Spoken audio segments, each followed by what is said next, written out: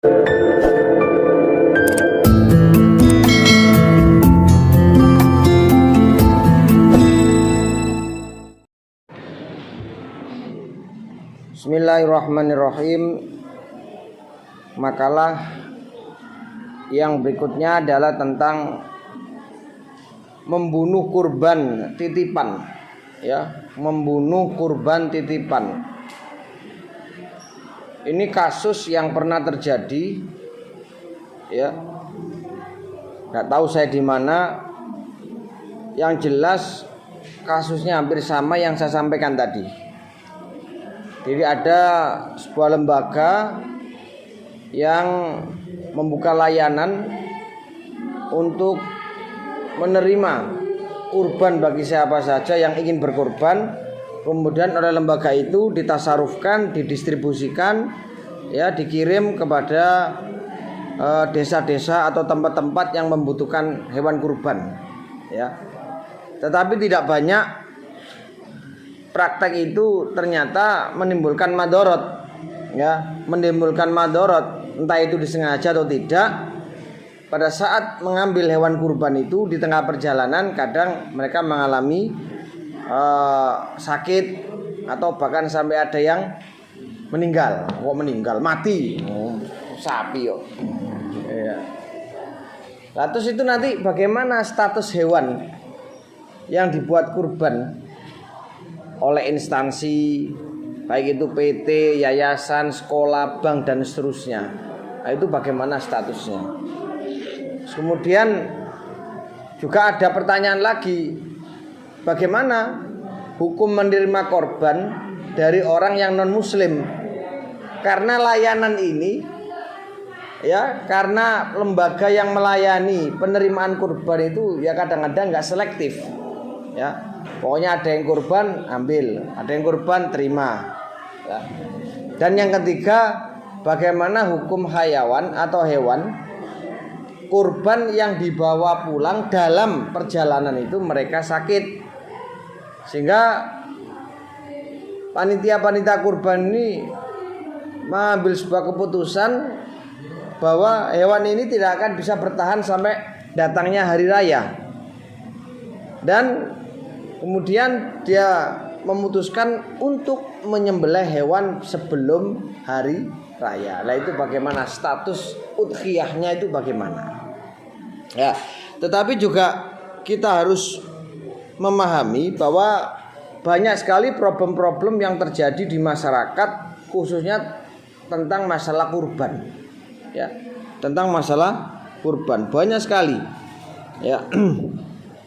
Seperti contoh yang disampaikan oleh Sa'il tadi atau penanya, bahwa bagaimana hukum menjual belikan anggota hewan yang dikurbankan, seperti kepalanya, kakinya, kemudian kulitnya. Dan itu sudah muabah, dan itu sudah mentradisi. Kayaknya sulit untuk kita rombak, sulit untuk kita hilangkan. Maka oleh sebab itu kita harus cari solusi. Karena masyarakat itu kalau sudah melakukan adat yang sudah mengakar, untuk menghilangkan itu kesulitan kita. Sangat sulit kita. Ya, oleh sebab itu mari kita cari solusinya, supaya mereka selamat, supaya mereka terhindar dari dosa. Contoh kecil saja yang mungkin sudah pernah saya sampaikan. Kalau kita baca pendapat-pendapatnya dari ulama Syafi'iyah, bahwa makam yang dikijing, makam yang dibangun di pemakaman umum, jelas itu adalah haram. Kenapa? Karena menghalang-halangi mayat yang akan dikubur, menghalangi orang-orang yang mati di kemudian hari. Dia nggak akan bisa mendapatkan tempat karena sudah dikijing, sudah dibangun. Tetapi ya, kalau kita melihat realnya di lapangan, kita juga kesulitan. Karena ulama Syafi'iyah tegas, kalau ada bangunan di makam, maka konsekuensinya atau sebagai tanggung jawab harus dibongkar. Nah, pembongkaran itu pun juga menimbulkan madorot, menimbulkan masalah baru, yang secara otomatis kita akan bersinggungan langsung, akan berhubungan langsung dengan keluarga si mayit. Dan itu kalau terus menerus berkelanjutan maka jadi perselisihan. Ya tak? Nah, solusinya bagaimana? Solusinya kita cari ulama-ulama yang memperbolehkan makam di kijing walau fil mauqufah. Meskipun di tempat-tempat pemakaman yang diwakafkan. Nah, ternyata di kitab Mizan Kubro itu dijelaskan bahwa Imam Abu Hanifah itu memperbolehkan. Lah, inilah yang akhirnya kita jadikan sebagai solusi bahwa makam-makam yang sudah dikijing, makam-makam yang sudah dibangun biarkan. Karena masih ada ulama yaitu Abu Hanifah yang memperbolehkan. Hanya saja untuk hari ini dan seterusnya kita pertegas, kita buat peraturan, baik peraturan bupati, peraturan desa atau peraturan camat. Kita tegaskan bahwa tidak boleh ada pengkijingan. Inilah kita ikutkan Syafi'iyah. Tidak masalah, ini sebagai solusi. Sama seperti ini kasus yang terjadi di masyarakat. Sering kali kita lihat, sering kita mengetahui banyak panitia-panitia itu dengan rileksnya, mudahnya dia menjual belikan kulit-kulit atau anggota hewan kurban. Lah, ini yang pertama, solusinya satu, kita menggunakan sistem helah.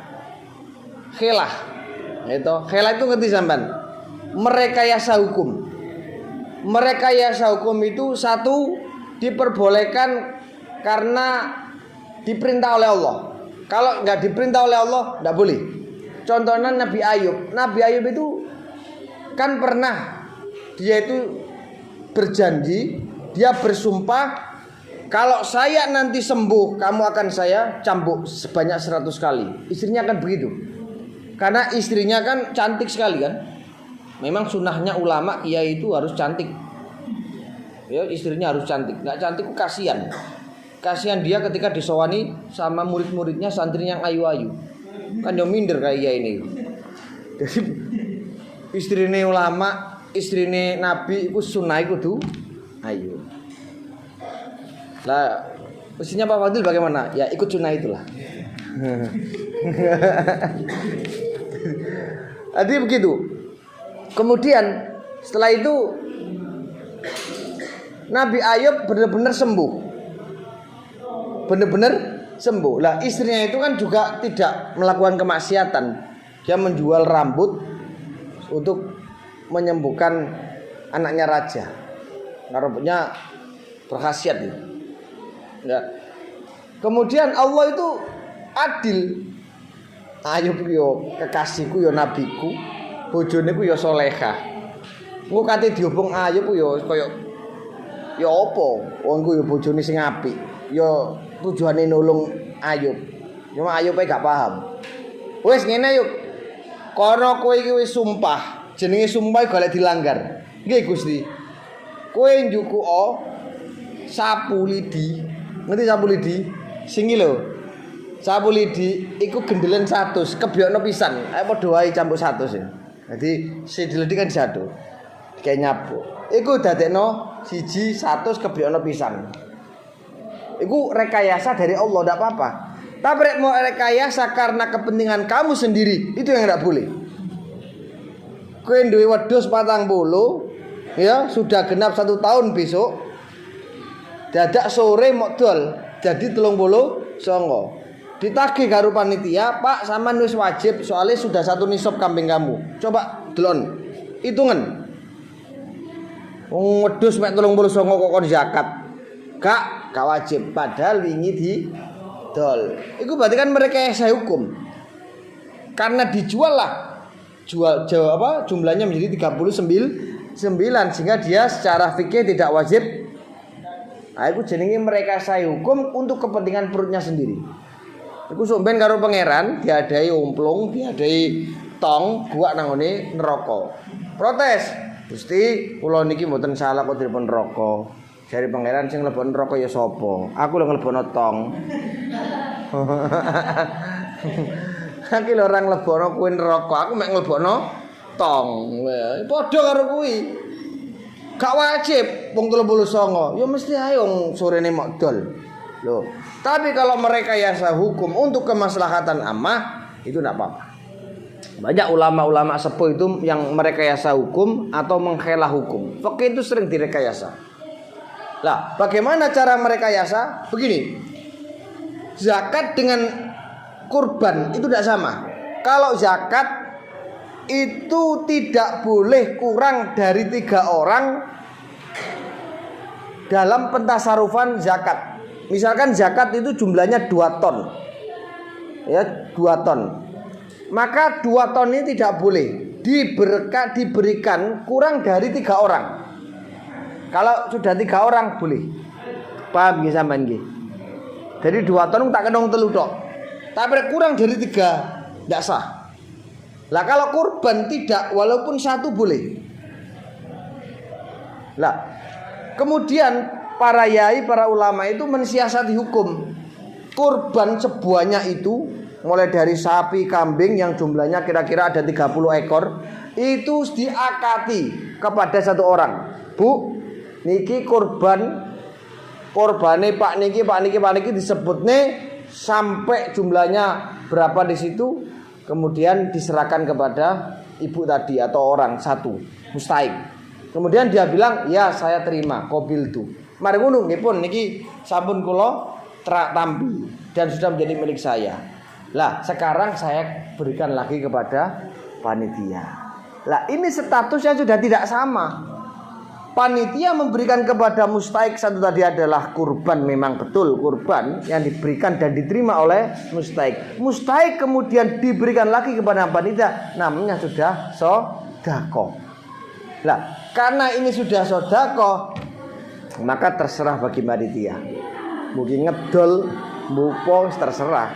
Kenapa? Karena sudah diberikan kepada panitia. Ya padha karo kowe tak kei daging. Wis dah, selesai dah. Daging kamu. Kemudian daging nak kena sampean kena mana? Kan ini sudah menjadi bukan kurban, tapi ini adalah sedekah. Sama kasusnya zakat juga begitu di saya itu, rekayasa. Ada misalkan 1 ton lebih 200 kintal. Itu diberikan kepada mustahik 3 orang. Nah, 3 orang ini kemudian diakati dan diterima. Setelah itu diberikan lagi kepada panitia. Lah, panitia inilah yang akhirnya bebas leluasa memberikan kepada siapapun, kepada imam, kepada orang yang berkontribusi di situ, orang yang membantu di situ dan seterusnya. Itu boleh karena sudah diberikan kepada panitia dan statusnya adalah sedekah. Paham nggih? Paham nggih? Sehingga itu yang harus dijadikan solusi. Solusinya begitu. Nah, yang kedua, ada ulama Syafi'iyah, tetapi kebanyakan ulama menganggap itu pendapat yang aneh. Pendapat yang aneh, tapi banyak yang berpendapat seperti itu. Satu Imam Auza'i, Imam Asy-Syaukani, kemudian pengarang kitab Takrib, itu mengatakan boleh menjual kulit hewan kurban, gitu. Tetapi nanti hasil penjualan dari daging atau anggota hewan kurban itu dikembalikan lagi pada kebutuhan yang ditasarufkan kepada penyelenggaraan kurban. Saya ulangi, Imam Asy-Syaukani, Imam Auza'i, Shahibut Takrib itu memperbolehkan menjual kulit hewan kurban dengan catatan hasil penjualan itu dikembalikan lagi pada kebutuhan penyelenggaraan kurban. Mbok tuku pringe, mbok tuku glatine, mbok tuku tampare, gitu. Lah itu kanggo bayari jagal. Itu ada yang mengatakan begitu. Ya, cuma kebanyakan ulama menganggap itu pendapat yang aneh. Tapi buktinya ya ada. Namanya khilaf kok. Ya, namanya khilaf. Lah yang lebih aman itu khilah yang pertama. Itu lebih aman. Ya, lebih aman. Karena sudah menghindari khilaf. Ya. Udah. Itu satu sudah terjawab. Sudah paham nggih? Mungkin nggih? Ya, sekarang tadi saya sampaikan bahwa di dalam kasus ini ada berbagai macam problem Yang pertama, bagaimana misalkan Basnas itu mendapat saluran kurban dari bank, dari PT, dari sekolah. Coba, apa ada kurban itu atas nama sekolah? Misalkan kambing saja. Kambing itu kan nggak boleh. Kenapa? Karena kambing itu adalah watud zi'u asyad an syakhsin wahidin. Kurban itu, kambing itu hanya diperuntukkan oleh satu orang saja. Tidak boleh dua. Tidak boleh dua.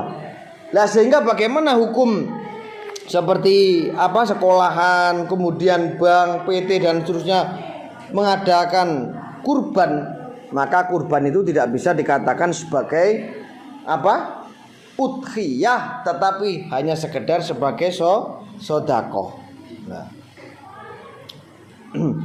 Kenapa? Karena sudah menjadi kesepakatan ulama. Ittafaqo al-fuqaha ala anna syata wal ma'za la tajuzu udhiyatuhuma li hadisi Jabir. La tajuzu udhiyatuhuma illa an wahidin. Sudah menjadi kesepakatan ulama bahwa kambing, domba la tajuzu udhiyatuhuma tidak diperbolehkan dijadikan kurban illa an wahidin kecuali untuk satu orang.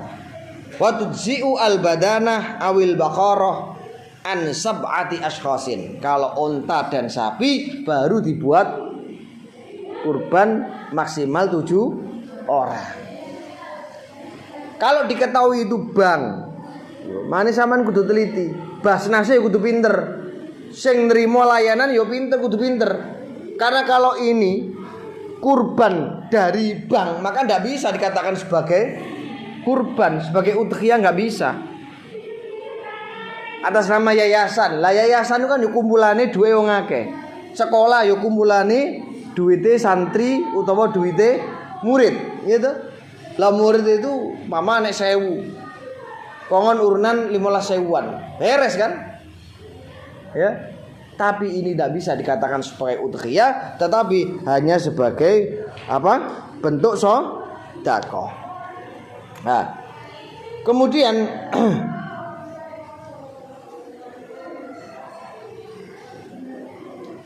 ada kalanya hewan itu cacat sebelum dia dikurbankan. Wah ini kan tadi yang dibahas oleh pemateri kan ya, cacat, kadang parah, sekarat dan seterusnya. Ya, sebenarnya begini. Sebenarnya saya baca ada beberapa pendapat. Ya alhamdulillah ada beberapa ulama Syafi'iyah itu yang meringankan. Seperti halnya Imam Subeki. Ya. Jika hewan kurban itu cacat, ya, maka hukumnya jelas tidak sah sebagai kurban menurut pendapat yang lebih sahih.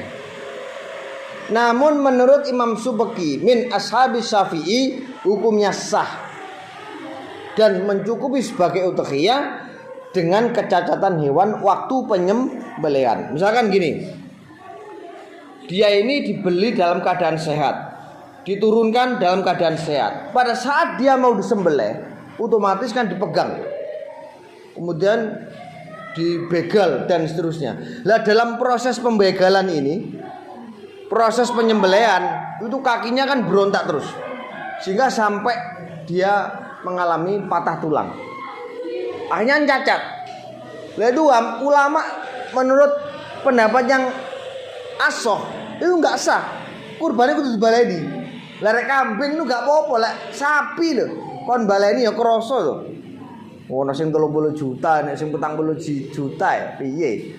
Sehingga Imam Subeki itu meringankan sah dan mencukupi udhiyahnya dengan hewan yang cacat pada saat penyembelihan. Dan jika itu kurbannya bukan kurban sunnah loh, lek kurban itu kurban wajib atau kurban nazar, ya alias nazar dalam keadaan selamat dari cacat, maka sah dan mencukupi buat kurbannya. Ini tidak perlu, itu sepakat. Kalau misalnya dia sudah nazar bahwa ini yang saya jadikan kurban, setelah itu dalam proses penyembelihan dia cacat, maka hukumnya sah. itu hukumnya sah. Cuma nanti di dalam masalah meninggal mati ya mati beneran mati ya. Fa in talifat al ula fala bila taksirin fala syai'a alaihi li'anna kharajat an milkihi bin nadri wa syarat wadi'atan indahu ya. Kalau misalkan di perjalananku mati dengan sendirinya ya karena bukan kenapa ya, sudah dikurukupi, sudah dikasih payon, dikai pangan ya. Lah kok terus mati, maka kurbannya, udhiyahnya tetap tidak bisa mencukupi. Hanya saja wanita yang ngambil tadi, jika bila taksirin, jika tidak ada kecerobohan, maka tidak wajib mengganti. Paham ya? Orang yang berkurban tidak mencukupi. Tapi yang delok-delok lek sing kurban ku bang, yo tetep balik maneh gak mencukupi wong anjene kurban iku kanggone wong siji utawa wong pitu. Saya ulangi. Misalkan panitia mengambil dari Basnas atau manapun lah yang menerima pelayanan kurban itu. Kemudian diambil. Pada saat dia perjalanan pulang mati, maka yang jelas ini tidak bisa dijadikan udhiyah. Artinya apa? Tidak mencukupi. Karena dia mati sebelum disembelih. Nah, terus kalau kita runtut, ya apa jenenge posisine wong sing kurban niku wau? Ya tetap dianggap tidak berkurban. Kenapa? Ya karena kurbannya mati. Lah, tapi kalau nanti misalkan matinya itu karena kecerobohan dari panitia, ya glundung tapi nang ngene dalan mate, maka dia wajib menanggung dia.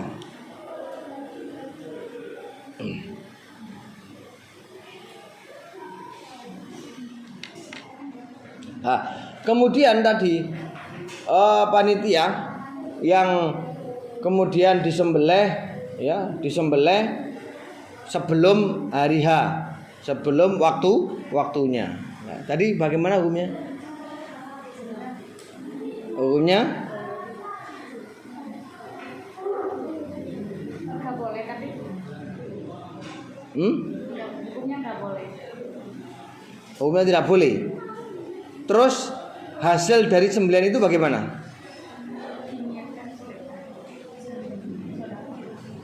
Coba. Ya, saya bacakan ya. Fa in talifat au dollat au surikot au ta'ayyabat bi aibin yamnau al jza' qablahu ay waqtal idkhiyah. Seandainya nanti ada hewan kurban yang rusak atau dia hilang atau dia dicuri au ta'ayyabat atau ada cacat, yang kecacatan itu menjadikan tidak sah untuk dikurbankan waqtal udhiyah, qabla waqtil udhiyah, sebelum waktunya penyembelihan, bi ghairi tafritin au fihi qabla tamakkuni min dhabiha, karena tidak ada kecerobohan dan tidak ada kecerobohan. Fala syai'a alaihi fala yalzamuha badaluha, maka tidak wajib untuk menggantinya. Li wazawali milki anha bil tizami faya kawatiatin indah. Nah, fa in talifat ail udhiya al mangzurah al muayyana, kalau hewan kurban itu rusak dan statusnya adalah nazar, ya, au fi waqtil udhiyah fala syai'a alaihi baqiyama lau asyrafat alat talfi atau alat talifi qoblal waqti wa tumkinu min dhabiha fal yajibu wa yusrafu lahmuha masrafal udhiyah aula fi nadrun. Ya, tindakan panitia tadi yang sudah meyakini bahwa hewan ini nggak akan bisa sampai pada hari raya, kemudian disembelih, maka tindakan panitia sudah benar daripada mati nganggur. Ya toh, daripada mati nganggur. Dia disembelih walaupun sebelum waktunya kurban walau sebelum waktunya hari raya. Namun binatang tersebut bukan berstatus sebagai binatang kurban, ya, sehingga belum menggugurkan kewajiban.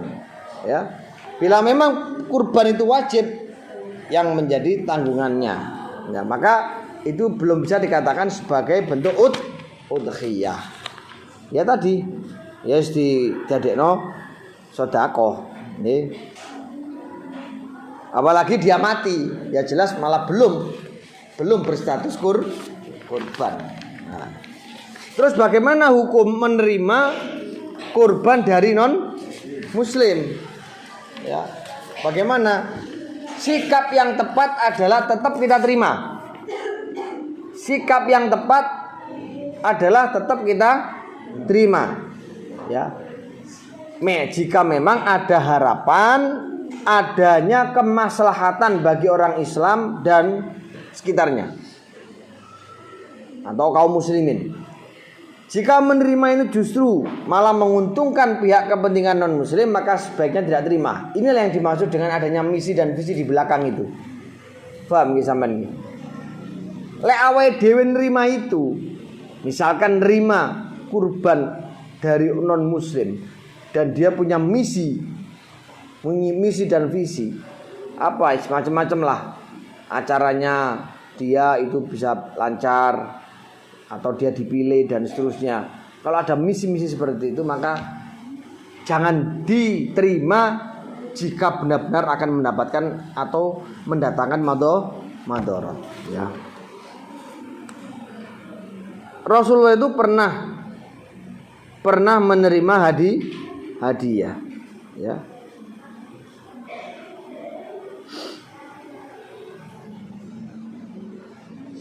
Nah, yang jelas itu benar-benar tidak ada kemadharatan yang dihasilkan dari kurbannya orang non muslim. Ya, karena kalau kita tolak itu kan malah justru akan menyinggung mereka. Ya tidak masalah. Rasulullah saja pernah menerima hadiah dari orang kafir kok. Ya. Nah, kemudian dalam kurban itu macam-macam. Ada yang begini.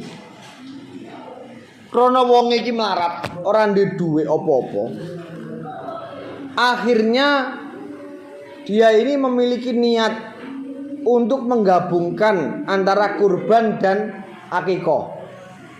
1 ekor kambing itu diniati 2. Siji gawe akikah, diniati mana kanggo kurban. Loh bagaimana?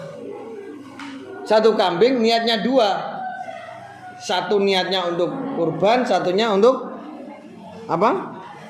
Untuk akikah. Maka hukumnya bagaimana? Wes, aku lagi takoki model ngene, iku tak delok sik wonge. Rek wonge melarat. Ya. Rek sing wis nyambut gawe ya setarani gak melarat. Nek sing jek njaluk ngatong nang wong tuane ya tarep melarat jan. Soale gurung duwe apa-apa. Nggih ta? Wis intine yo dhek gurung nyambut gawe isine natong tok, Bu, Pak, dhuwit, Bu, Pak, dhuwit. Oh, Bu, Pak, dhuwit kok wis wani gendaan iku lho wis. Entek-enteki donyane wong tuwek. Gawe maksiat pisan. Iku wong tuane sing tanggung jawab kok. Tidak barang. Wis, ane aja sampai. Pun. Bagaimana hukumnya? Saya lihat dulu. Kalau yang meminta saran atau yang bertanya itu orang yang melarat, maka saya ikutkan pendapatnya Imam Romli. Boleh dan dua-duanya sah. Tapi kalau orangnya itu mampu, orangnya berduit, orangnya kaya raya, cuma ada yang utak-utak pelit, ya utak-utak kikir, semuanya diperhitungkan. Ya apa? Oleh tak gak? Tak omongi gak oleh Pak, gak sah karo-karo nih. Sampean kudu dewe-dewe akikah yo dewe, kurban yo dewe. Ya, karena di sini masih ada ulama yang khilaf. Launawa al aqiqah wal udhiyah lam tahsul ghairu wahidin inda hajim wa yahsulu al kullu inda mimra. Jika ada orang yang niat akikah dan kurban secara bersamaan dengan menyembelih 1 ekor kambing, maka menurut Imam Ibnu Hajar la yahsulu ghairu wahidin. Tidak ada yang hasil, dua-duanya tidak sah.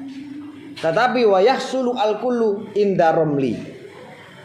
Tapi menurut Imam Romli dua-duanya dianggap sah. Ya kita harus lihat-lihat dulu objek atau sasaran yang disampaikan. Ya kalau sampean kan sebagai irsyad saja, ya saya menyampaikan ilmunya. Yang nantinya bisa kalian sampaikan kepada orang lain. Ya. Kemudian bagaimana hukum arisan dalam kurban? Yang jelas arisan itu adalah bentuk akad kordun, akad hutang. Sehingga ketika keluar uangnya itu hukumnya statusnya adalah hutang dan itu menjadi miliknya. Kemudian dikurbankan, dibelikan hewan kurban, tidak masalah. Yang penting sesuai dengan aturan. Misalkan kurban sapi, sing metu kudu wonge gak oleh luwih saka pitu. Kurban sapi metune wong 8, ya gak oleh. Ya. Itu adalah problem-problem dari masalah apa? Kurban. Ya. Kemudian kurban itu kadang-kadang ngawur gitu ya, kadang-kadang ngawur. Seperti yang disampaikan oleh pemateri tadi, jika kurban itu memberikan upah kepada jagal yang berupa kepala atau berupa kaki atau berupa yang lainnya, bagian dari anggota hewan kurban, maka hukumnya jelas itu tidak sah. Tidak boleh. Itu sudah wajib mengganti. Dan di dalam kurban itu pentasarufannya harus berupa daging yang nai'an, harus berupa daging mentah. Harus itu ya, berupa daging mentah. Dan yang diberikan itu harus ada orang yang fakir, nggak boleh orang kaya tok. Harus ada orang fakir. Kenapa? Karena tujuan kurban itu adalah untuk memberikan kebahagiaan kepada mereka. Wong melarat-melarat itu kan jarang toh mangan daging gitu.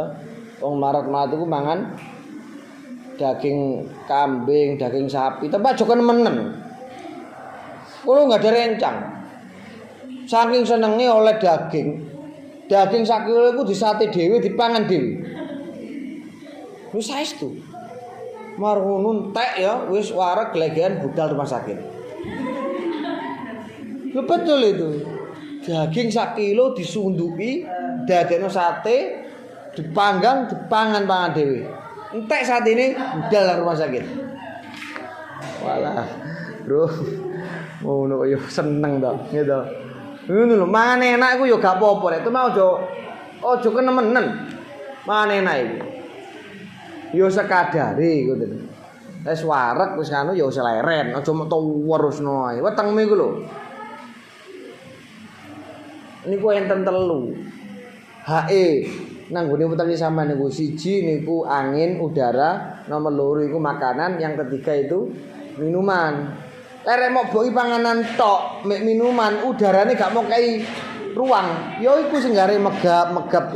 Soale udarane kurang di dalam perut. Harus adil itu ya. Paham nggih? Ya. Nah itu kaitannya dengan salah itu.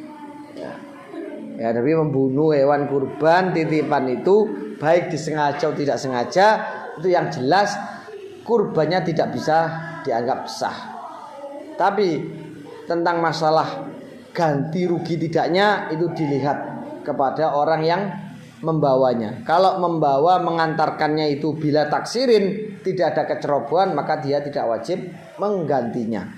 Tapi kalau ada kecerobohan, gak ditaleni, yak-yakan, kadang disadui, digelondongno.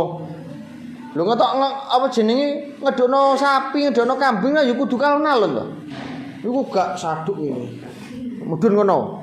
Lah, iku marono glendang matek, ya iku kok wajib menggantinya karena taksir itu, ada taksir. Hei, ngono. Nah, dadi panitia kurban iku sing ikhlas rek. Ojo sing mok pikir iku bathine. Wong kadang gruwegetno. Bangsa-bangsa ngono ku jek diproyek masjid-masjid diproyek, gitu kurban-kurban diproyek. Wonten biyen nyembelih sapi iku ilang sisi. Sempole ilang sisi. Lha iki nanti omek 3 ya, mosok sapi sikile 3. Kudune kan 4 ilang.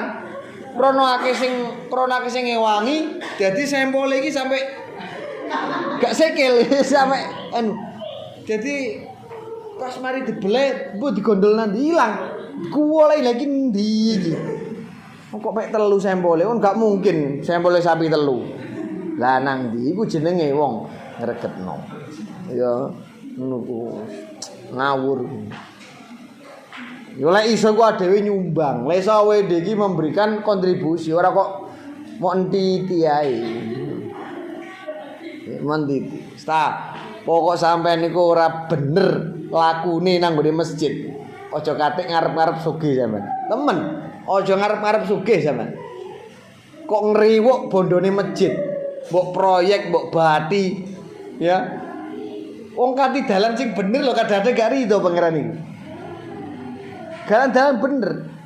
Wis bener tapi cek mbuati. Batine rada kakean tapi bener deh. Ini jeripayaku, ini keuntunganku. Iku kadang-kadang ya gak patek trimo pangeran. Masjid kok cek di dunyamu sakeh. Kok cek ngrewuk-ngrewuk Mas? Iku dunia awakmu iku ya menyumbangkan pikiran, menyumbangkan tenaga, menyumbangkan materi. Wong karo omahe pangeran perhitungan ya ta. Lu ngono lho. Insyaallah Gusti Allah niku selalu memperhitungkan orang seperti itu. Tapi kok kakean perhitungan, wong nu kakean perhitungan uripe ngeluh, Pak. Ngeluh. Senajan sugih. Duwe atusan juta sawahe nang dindi, tapi nek jek perhitungan sampean diteni. Wong ngono ku wangel. Wangel kongkon napa nggih? Uripe enak niku wangel. Ya bener sugih ketunggon dhuwit, tapi uripe lho angel. Maksudnya ku koyo piye ngono. Apa-apa dipres. Gawe mangan. Tuku tempe 1000. Tuku jangan asem 1000. Manu tuku tahu 500 ae, oleh separuh. Lho ngono di awake lho, ambek awake dhewe iku lho dimedhitno. Mau ditambah awake dhewe lho medhit apa meneh wong. Tambah nemen putra wali paite. Ngono ku jarene Kyai biyen ana santri kepengin rabi, iku kokon golek. Biyen iku enek arek santri nyenengi arek wedok sampean ngayu-ayu ngono. Tapi dia gak gablek apa-apa. Wong tuane gak patek setuju. Akhire krana gak setuju, nolake halus. Wis cung ngene ae, lek awakmu iso golek kala jengking rong keranjang ya tak turuti peken anak. Kan gak mungkin secara logika arek iki oleh kala jengking rong keranjang gede. Jenenge santri. Jenenge santri iku ya mesti madule nang ngene Pak Yai. Oh ngono ta Le, gampang Le. Golek ana mayit-mayit sing biyen medhit perhitungan banget nang donya, golek ana. Ngorek wis ana tutno sampe kuburane. Lek wis buyar keduken kuburane. Lu temenan Pak. Mau aku nang ratane. Takoki, "Pak, niku ya apa status mayit?" Tapi aja nakoki wong keluarga, nakoki sing wong guri-guri lho, sing gak patek napa jenenge semangat oleh ngeterno. Pak, ya apa wong Pak? Jujur ae, Pak. Mayit gendeng iki wis. Ora bener, Pak. Iku lho telek dhewe dipangan. Ya to. Saking medhite teleke dhewe dipangan. Oh, seneng deh. Wah, akhire mak wis buyar kabeh, duduk ambek santri ngomong, gorong sampai nggon jero, iku wis klolo jengkinge akeh. Bagi santri, alhamdulillah, keuntungan yang luar biasa ini saya bisa mendapatkan seorang jodoh, ya toh. Sing mati ya peok. Ya iku lho, bondone pangeran. Lah apa mok wet-wet. Bondone pangeran iku aja mok. Pokoke nang butuh itu wae. Pon nggih selesai nggih. Ada yang ditanyakan? Sudah lah, enggak ada. Terkait dengan kurban sudah. Wallahu a'lam bishawab. Al-Fatihah.